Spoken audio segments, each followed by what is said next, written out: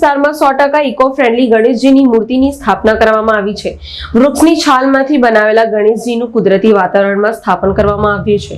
કુદરતી વાતાવરણમાં પણ ઝાડની ડાળીઓનો ઉપયોગ કરાયો છે, જેથી આ મૂર્તિ સુરતમાં આકર્ષણનું કેન્દ્ર બની છે।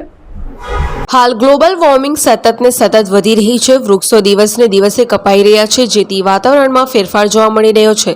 भारत में वृक्ष वाववा माटे अने वृक्षनुं जतन करवा माटे अनेक मुहिम उठाववामां आवी रही छे।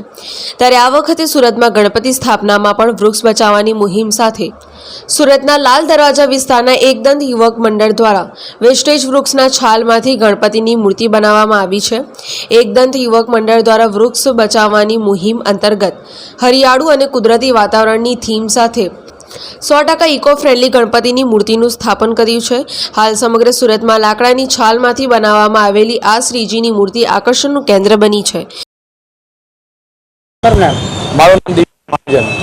અમે આ મૂર્તિનું આયોજન એક વેસ્ટેજ લાકડું હોય એના વેસ્ટેજ છાલમાંથી આનું અમે આયોજન કરવામાં આવેલું છે અને આના દ્વારા અમે લોકોને સેવ ટ્રી, સેવ વોટર અને સેવ પર્યાવરણનો મેસેજ આપવા માંગીએ છીએ।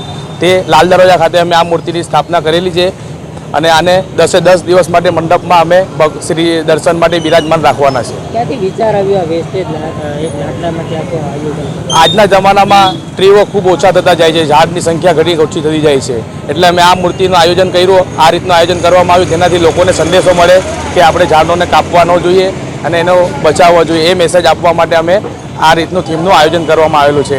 આ થીમ અમે આખી નેચરલી બનાવવામાં આવી છે અને જંગલ થીમ પર અમે આ મૂર્તિનું આયોજન કરવામાં આવેલું છે। એવું લોકોમાં આકર્ષણ છે, ખાસ કરીને મૂર્તિને લઈને લોકોનું તો એકદમ ખૂબ જ આકર્ષણ છે, લોકો જોવા માટે ઉત્સુક થઈ રહ્યા છે।